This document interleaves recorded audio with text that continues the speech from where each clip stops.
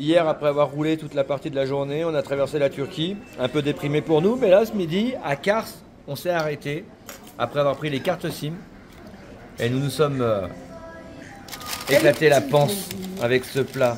Les Turcs font toujours des trucs de dingue et c'est pas cher.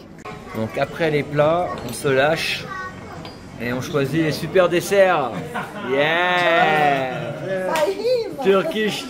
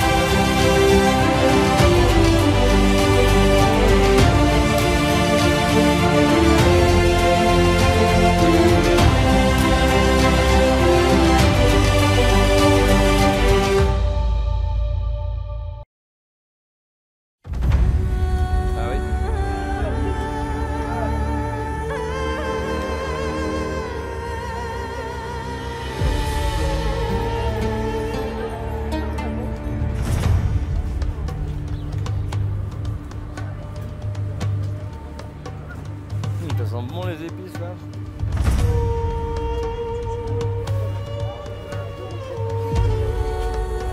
Ouais.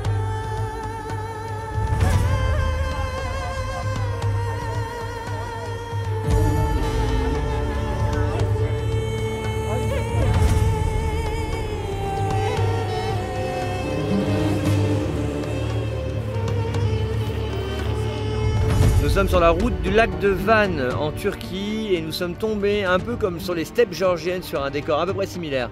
Là ici donc c'est les collines arc-en-ciel, tu vois. Et là on a donc des belles montagnes là-bas au fond.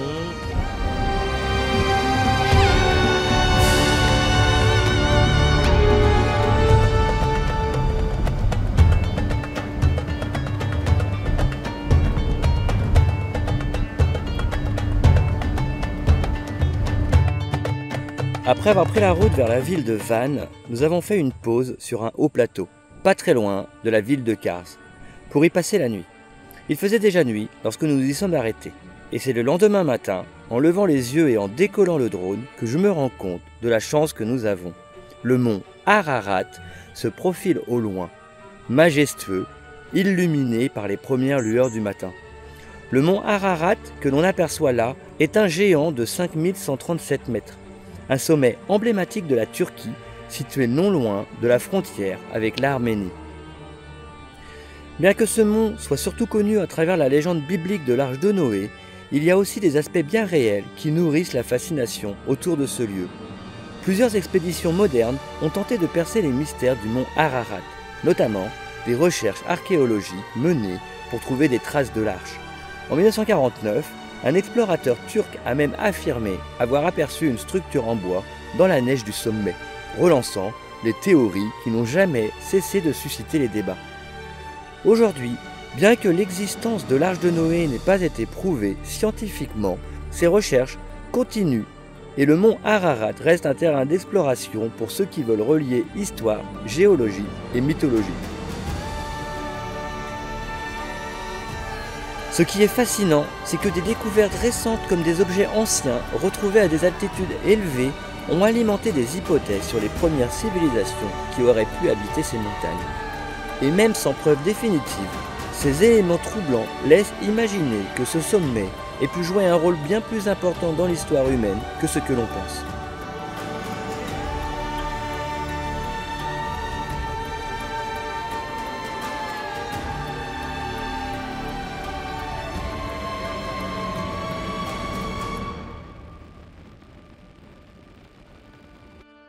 Nous sommes sur la route pour aller à Van, donc à côté du lac de Van, là, de manière à pouvoir réparer le véhicule.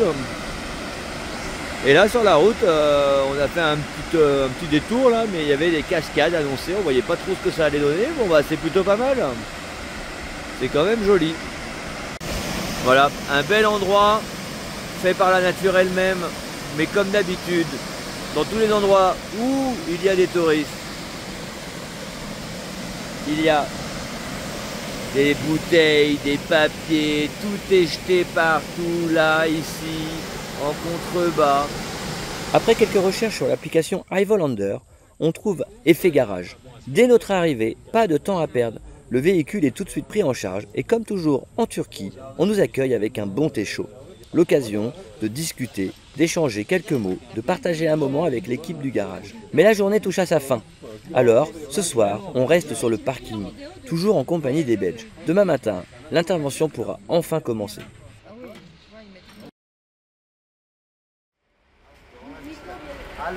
Allô.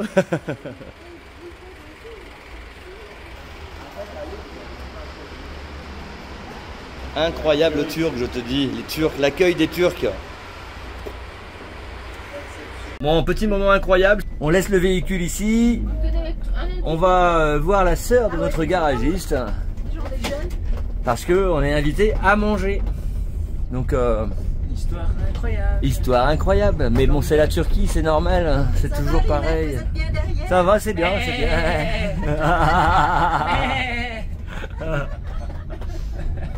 Donc là tu vois, voilà, on est sur les caisses à l'arrière.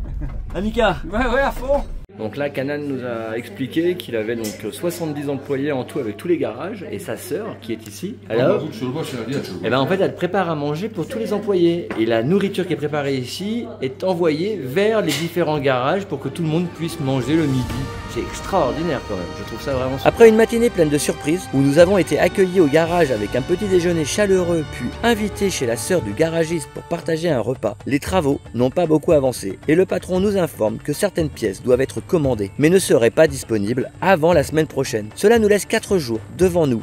Un cadeau inattendu en quelque sorte. Avec les Belges, on décide alors de prendre la route direction le cratère de Nemrut. Nous arriverons vers 20 h en pleine nuit. Bon, il s'est passé un truc de dingue un peu là. Quand on est arrivé, on s'est installé, on a pris des places. Il y avait déjà des locaux des Turcs, un couple en tente qui sont juste à côté du lac. On a voulu aller dire bonjour. Franchement, vive l'accueil. Alors les Turcs, d'habitude, il n'y a pas de problème, mais lui, il a clairement été très inhospitalier, comme il a dit. No hospitality, il a dit. Donc bon, bah on est retourné dans nos cellules, tranquillement.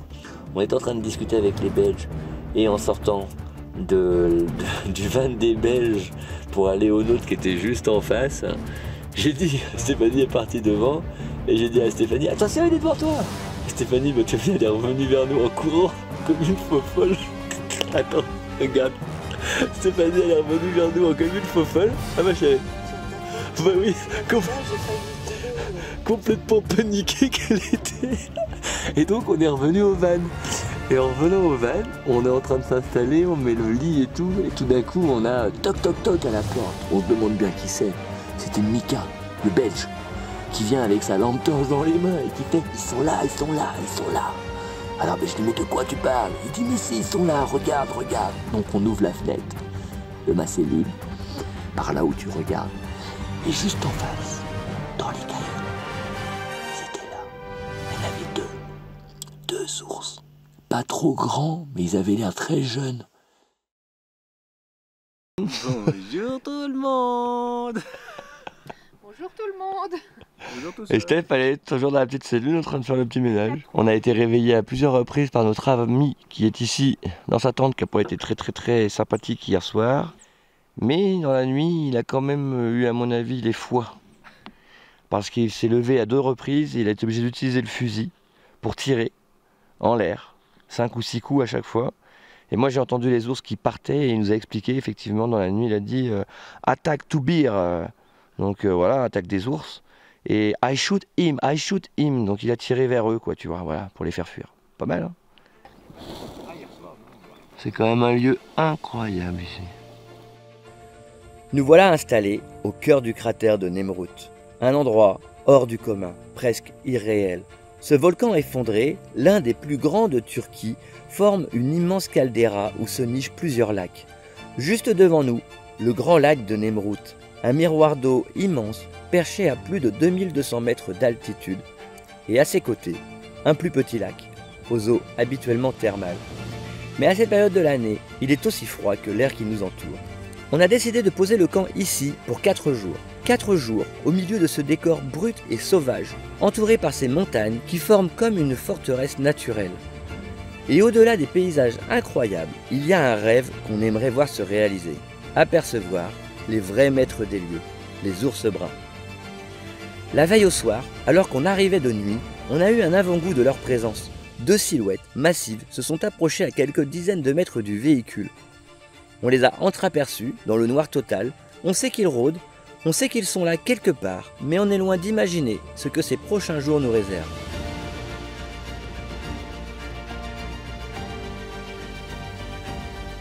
Après une première nuit dans le cratère, la journée s'écoule paisiblement au bord du lac. L'occasion parfaite pour ralentir, profiter du paysage et simplement apprécier l'instant.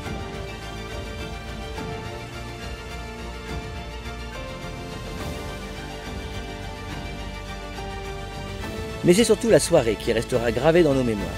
Alors que le soleil disparaît derrière les crêtes du cratère, une famille de locaux nous invite à partager leur repas. Ici, c'est une tradition. Venir dîner autour d'un grand feu, entre amis, en famille, dans ce décor grandiose, le genre de moment simple et authentique qu'on chérit en voyage.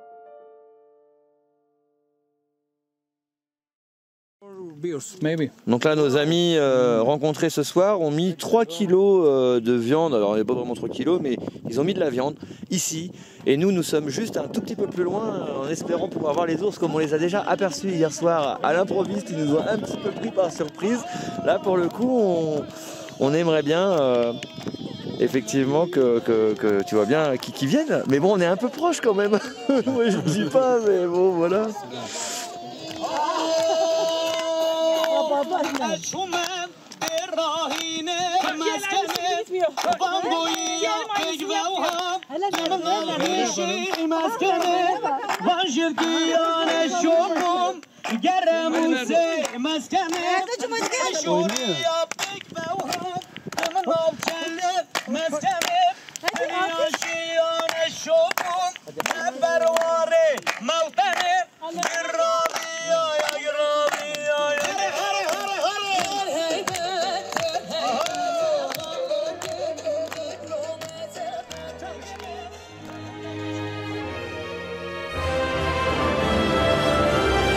Yeah, ils sont là les ours, regarde un peu.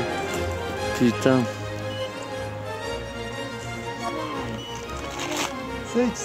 6. 1, 2, 3, 4, 5, 6. Tu vois, j'ai vu 6. Ça va, maman?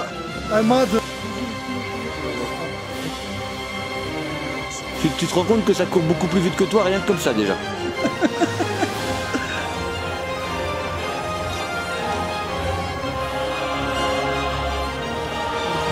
Ouais.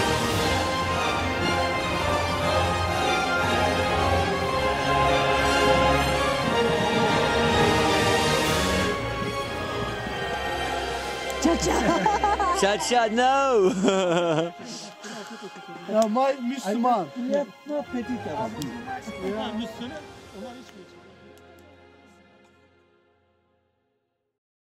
Bon, toujours à notre spot. On a décidé de se faire un petit feu là parce qu'on a des petits trucs à cuire. Et ça peut être sympa aussi même pour le soir. Donc on a été chercher dans la forêt, on a trouvé un arbre qui était mort. Donc je précise bien, hein, le tronc, il n'y avait plus rien dessus. Et donc là on s'est amusé à le faire tomber, on le coupe. Et puis on a élagué toutes les petites branches. On a fait un tas là-bas. Et après on a à peu près 300-400 mètres à faire là dans la forêt avec Ingrid et Mika pour pouvoir allumer le feu. Et normalement cet après-midi avec le feu on aura le droit à une bonne tarte aux pommes. Nous, qu'est-ce que vous avez fait jusqu'à maintenant là? Là on a été débroussailler la forêt. On a fait 3 stères de bois. On a passé la matinée à la scie. Comme ça là, regarde. Voilà, à la scie à main. On fait pas assez d'exercice, donc là c'est bon, on en a fait pour la journée. On a le droit de manger. Juste pour faire Une tarte. une tarte aux pommes. Pour faire une tarte aux pommes, mais surtout, Franchement, on l'aura mérité. Hein. Une tarte aux pommes cramée. En plus. c'est surtout pour que ce soir les ours, ils puissent venir manger avec nous et danser. Ok, la lambada. Ok. Ça va les Robinson? Ouais, ouais, il y en a un qui s'est pété un genou quand même tout à l'heure, mais... Ah, regarde, tu saignes encore. On retourne à notre vie.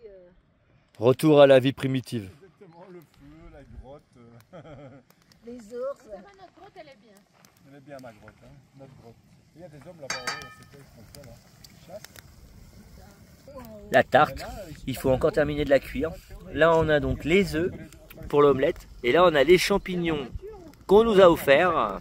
Champignons d'ici, des cèpes. Bon, bah voilà, on est là. Et deuxième soir ici. On a une chance de dingue. Bon, là, on leur a un petit peu mis un peu de bouffe quand même. Mais tu vois, ils sont venus et ils mangent. Donc là, c'est un des bébés. Bon, ici, on a le deuxième bébé qui est là. J'ai du mal à faire la netteté parce qu'il y a des feuilles devant. Voilà. Ça, c'est le deuxième bébé. Et un peu plus loin, il y a maman qu'on a pris en... Voilà, maman. Ah, voilà, maman est là-bas. Maman est juste derrière, elle surveille un petit peu.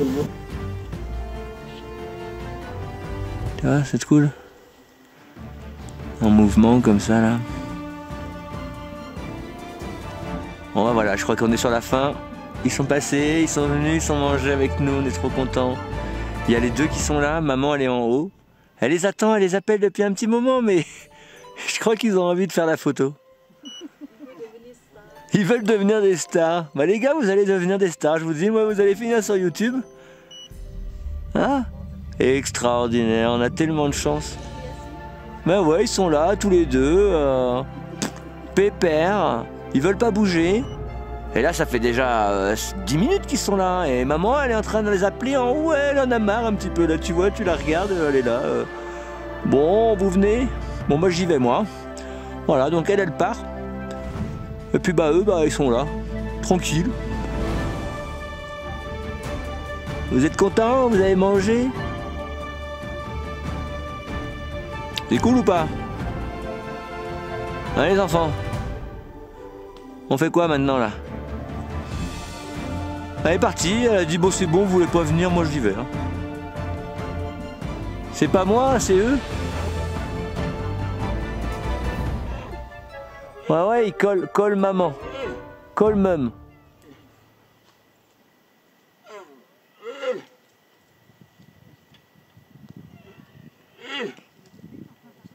Ouais ouais, ils sont en train d'essayer d'appeler maman.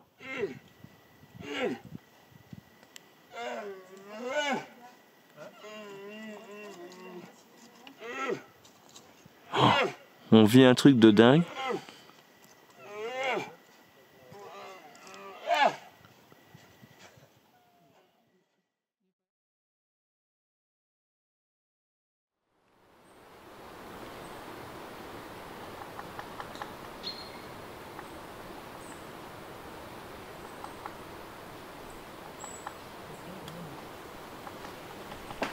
Petit moment à part. Après avoir vu les ours hier soir, là on se retrouve nez à nez avec une tortue. Elle est mignonne cette petite tortue.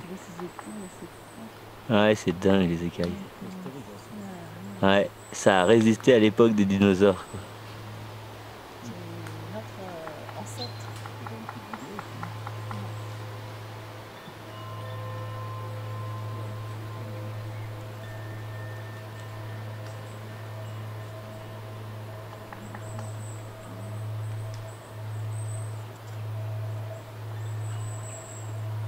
C'est comme un gros lézard avec une carapace.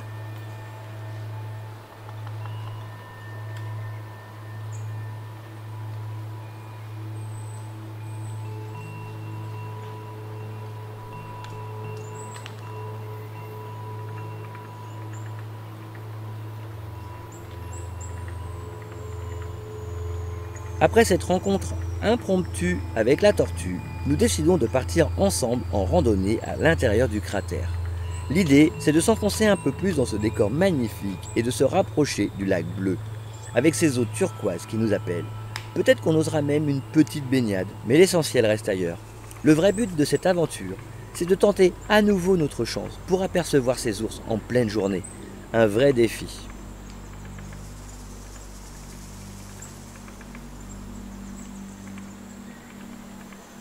Et là, pour l'instant, je t'avoue qu'on ne voit rien.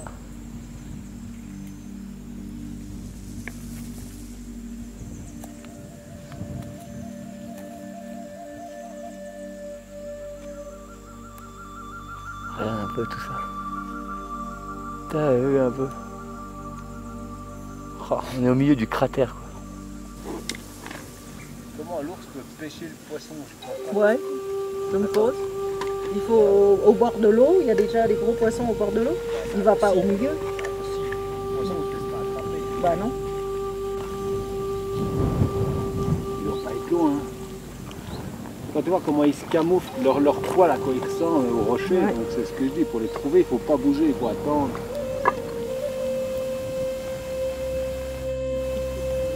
En fait, tout à l'heure, si on avance de notre camion, là, on va arriver par là directement. Ouais.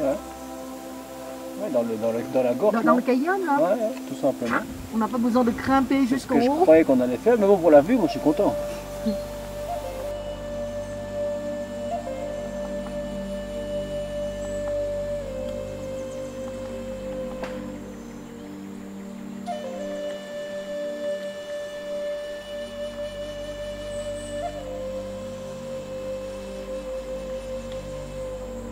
Je me suis dit qu'elle allait être très froide vu l'altitude Moi aussi. et que je n'irais pas dedans. S'il fait plein soleil, il fait 40 degrés dehors, oui. 40 que- degrés dehors. Bah en Turquie, il fait facile, allez 30 quoi. T'es pas un peu marseillaise pour une belge, toi? Bah, on a eu 40 degrés l'année passée, ça va. J'invente pas. Hein. 42, 43 degrés, on a même fait une photo. Oui, mais t'as pas besoin de 40 pour te baigner quand même. Non, mais façon de parler. Si tu sais qu'il fait chaud quand tu sors, t'es sec en 2 secondes. Mais avec un vent froid, non, c'est impossible. Impossible. Tant que t'es dans l'eau, ça va. Quand tu sors, faut pas Non, l'eau ici, elle est glacée, tu sais. le temps de te passer, quoi. Et là, on avait chaud.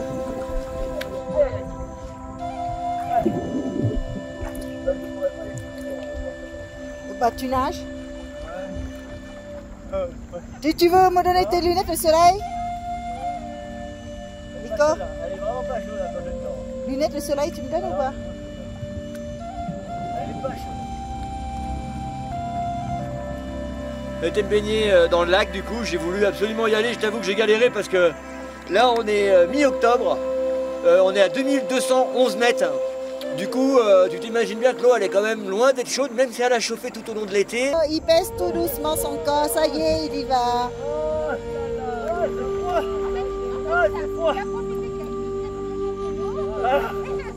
Ah bah j'ai pas pied. J'ai pas pied. C'est profond. Elle doit pas être très chaude. Donc bon, on est content, on l'a fait. Ingrid met les petits doigts de pied dedans, mais voilà quoi. Il y a un petit peu de vent aussi. Là il y a du vent, donc j'ai un peu froid.